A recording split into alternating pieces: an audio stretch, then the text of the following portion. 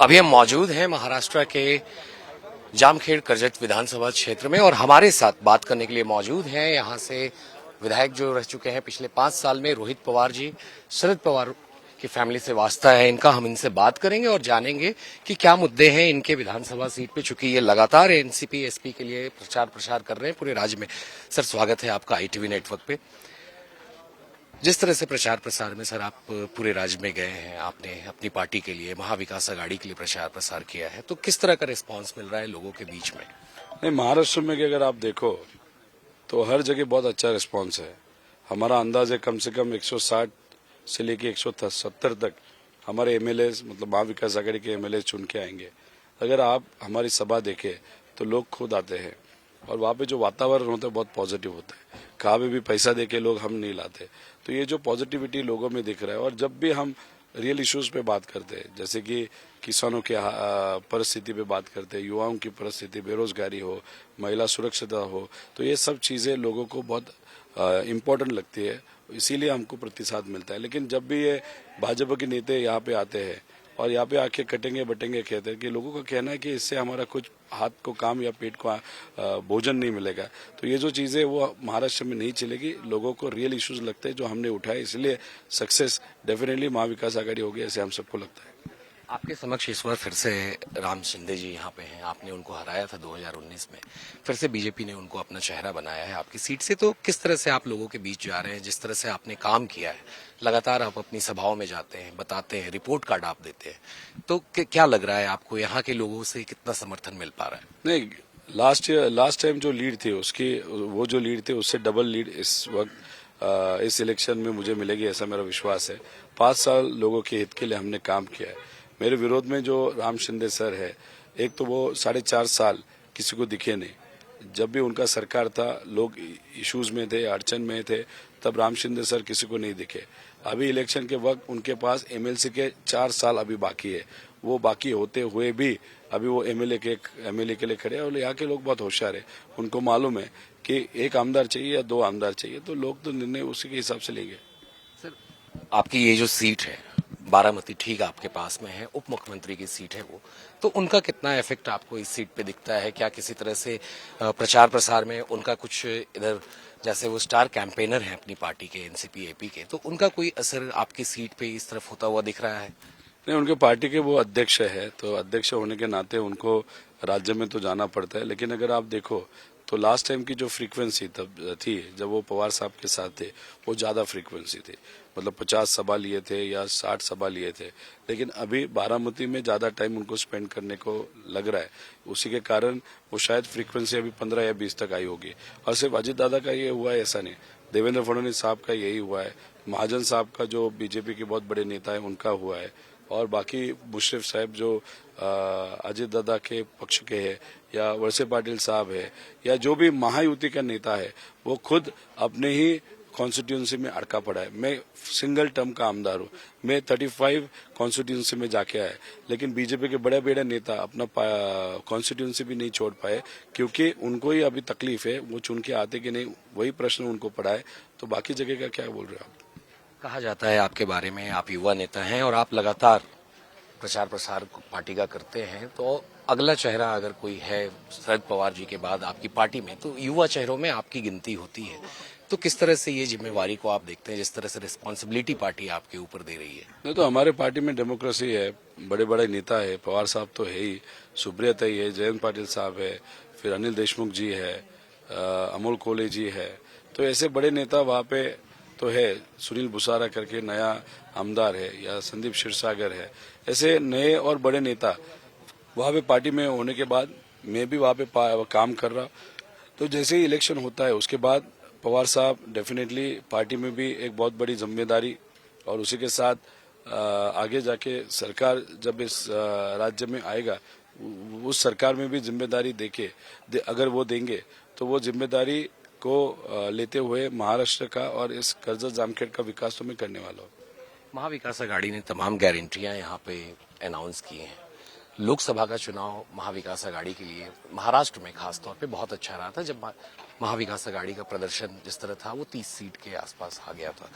उसी तरह से महायुति ने अपनी गलतियों से सीख लेते हुए उन्होंने कुछ स्कीम्स लाई। लाडली बहन योजना यहाँ की एक उनमें से खास है, जिनमें वो 1500 रुपए की गारंटी दे रहे हैं, महिलाओं को दे रहे हैं। तो इसका क्या असर हो रहा है, आप कैसे देखते हैं? राज्य में इसका कुछ असर दिख रहा है उनकी स्कीम का? कुछ असर अभी नहीं दिख रहा। दिवाली के पहले थोड़ा सा असर दिखा था, लेकिन जैसे ही पैसा महिलाओं के अकाउंट में आया था, एक तो बहुत सारी महिलाओं का वो अकाउंट इनवैलिड होने के कारण या अनयूटिलाइज होने के कारण, मिनिमम बैलेंस के कारण वो कट हो गए थे।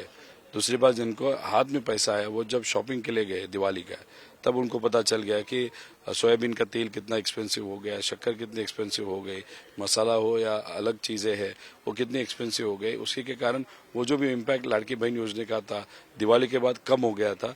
और जैसे ही हमने हमारा मैनिफेस्टो प्रपोज किया या प्रेजेंट किया, उसी में हम 1500 का 3000 वहां पे करे। उसी के कारण अभी महिलाओं में महायुति के बाजू से कोई भी पॉजिटिव फीलिंग है ऐसे हम सबको नहीं लगता।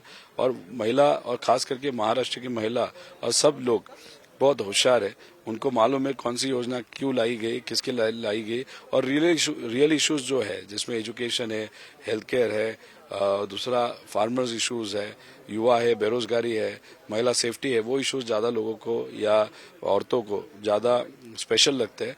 उस पर हम काम किए हैं, आगे जाके करेंगे, ऐसा विश्वास लोगों का होने के कारण महाविकास आघाड़ी को सपोर्ट करेंगे। शरद पवार साहब का गढ़ है बारामती और आसपास के जो पूरा क्षेत्र है। लोकसभा चुनाव में उन्होंने अपना मैजिक दिखाया था, आपकी पार्टी का काफी अच्छा प्रदर्शन रहा। वहीं एनसीपी एपी का प्रदर्शन कुछ खास नहीं रहा, और जिस तरह से पार्टी में बिखराव हुआ 2 साल पहले, तो इन सारी चीजों को कैसे देखते हैं? क्या आपको लगता है कि लोग पवार साहब के साथ में आएंगे इस बार, फिर से उन पर भरोसा जताएंगे, या फिर पवार साहब खुद से ही किंग मेकर के रोल में फिर से दिखाई देंगे? ये देखो, पवार साहब का गढ़ 1-2 जिला नहीं है, ये पूरा महाराष्ट्र उनका गढ़ है। लेकिन ये जो गढ़ उन्होंने मेंटेन किया है, वो लोगों के प्यार से मेंटेन किया, लोगों के विश्वास से मेंटेन किया। तो लोकसभा में जब पवार साहब जाते थे, तो पवार साहब ने आज तक इस महाराष्ट्र के लिए, लोगों के लिए क्या क्या किया है वो लोगों को मालूम है। इसीलिए इस एज में भी पवार साहब लड़ रहे, वो देखते हुए लोगों ने उनको सपोर्ट किया। अभी अगर आप देखो, विधानसभा में भी पवार साहब घूम रहे, रियल इश्यूज लेके आगे जा रहे। अभी महायुति का जो सरकार महाराष्ट्र में था, जिन्होंने बहुत सारा भ्रष्टाचार किया, उसी के साथ अगर कोई भी अच्छी स्कीम जो लाई गई, एक भी अच्छी स्कीम उन्होंने नहीं लाई, तो ये होने के कारण लोग अभी पवार साहब पे ज्यादा विश्वास रख रहे। तो विधानसभा में भी पवार साहब को देखते हुए, उद्धव ठाकरे साहब, राहुल गांधी जी को देखते हुए महाविकास आघाड़ी सरकार इस राज्य में आएगी, मतलब आएगी। बारामती से लोकसभा के चुनाव में सुप्रिया सुले जी के ठीक सामने अजीत पवार दादा की वाइफ थी, सुनेत्रा पवार जी थी। लोगों ने भरोसा आप लोगों को दिया, तो फिर से पवार वर्सेस पवार की लड़ाई है बारामती में, जहां आपके ही छोटे भाई हैं योगेंद्र पवार, वो भी हैं चुनावी मैदान में अजीत दादा पवार के सामने। तो कैसे देखते हैं इस बार की लड़ाई बारामती की सीट पे? देखो, जब लोकसभा इलेक्शन था तब हम सब ने विनती की थी, लोगों ने विनती की थी कि फैमिली में वहां पे लड़ाई नहीं होनी चाहिए। बट भाजपा का प्रेशर इतना था कि अजीत दादा को कुछ ऑप्शन नहीं था ऐसे लग रहा है, और उन्हें उनके वाइफ को, मतलब हमारी आंट को मेरे हत्या के सामने वहां पे उन्होंने लड़वाया। अभी जब 2 पक्ष लड़ते हैं, तो वहां पे तो जिस पक्ष जो विचार हमको नजदीक का है या पास वाला है, उसी के साथ हम लड़ते हैं। तो हम पवार साहब के साथ रहते हुए वहां पे लड़े, और जब हम लड़ रहे थे तब योगेंद्र भी पवार साहब के साथ था। उन्होंने जो डिसीजन वहां पे लिया था बहुत बड़ा था, क्योंकि वो रियल ब्रदर के बेटे हैं, तो उसके कारण उनको वो निर्णय बहुत डिफिकल्ट था। उन्होंने वो निर्णय लिया, उस टाइम उन्होंने विचार के साथ रहना ज्यादा उचित समझा। अभी वो निर्णय वहां पे लेना था, दादा को निर्णय लेना था कि हत्या के खिलाफ ताई को लड़वाना है कि नहीं लड़वाना, लेकिन उन्होंने लड़वाया। योगेंद्र के साथ पास एक निर्णय था, अजीत दादा के पास जाना है कि साहब के पास जाना उचित समझा। अभी जो सेकेंड लेवल का फाइट है, उसमें वो विषय नहीं आता, क्योंकि चॉइसेस ऑलरेडी हो गई है। अगर कल चुनाव के बाद परिस्थितियां बदलती हैं, अजीत दादा फिर से चाहते हैं कि परिवार में एक साथ आए, तो क्या लगता है आप उसमें अहम भूमिका निभाएंगे? क्योंकि लगातार ये बातें होती हैं कि परिवार फिर से एक साथ होना चाहिए, क्योंकि लोगों में भी काफी कंफ्यूजन हो रहा है कि चुनाव में किसको चुने नहीं चुने। तो क्या कोई चांसेस बनेंगे ऐसे कि फिर से परिवार एक साथ हो जाए? देखो, पवार साहब बड़े नेता है, अजीत दादा बड़े नेता है, कि जो भी निर्णय और फैमिली में अगर आप देखो हायरार्की वाइज वो दोनों बड़ा बड़ा रोल प्ले करते हैं फैमिली में।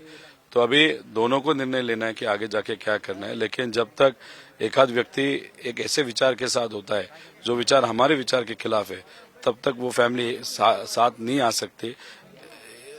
जो व्यक्ति हमारे ऑपोजिट विचार के साथ है वो अगर विचार छोड़े तो डेफिनेटली कुछ हो सकता है, लेकिन वो इफ एंड बट्स का विषय है।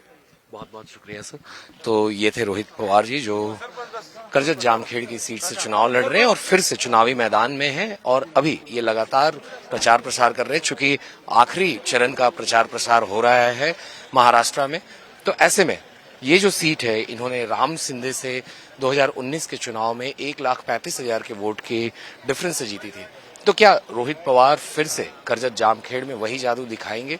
क्योंकि चूंकि ये अपने एनसीपी शरद पवार के गुट की पार्टी का लगातार पूरे प्रदेश में प्रचार प्रसार कर रहे हैं और वहीं इनके अलावा इनकी पत्नी भी अब इनके क्षेत्र में लगातार प्रचार कर रही हैं। कैमरा पर्सन विष्णु के साथ Anand Singh, Karjat Jamkhed. For more such videos, subscribe to the NewsX YouTube channel, hit the bell icon.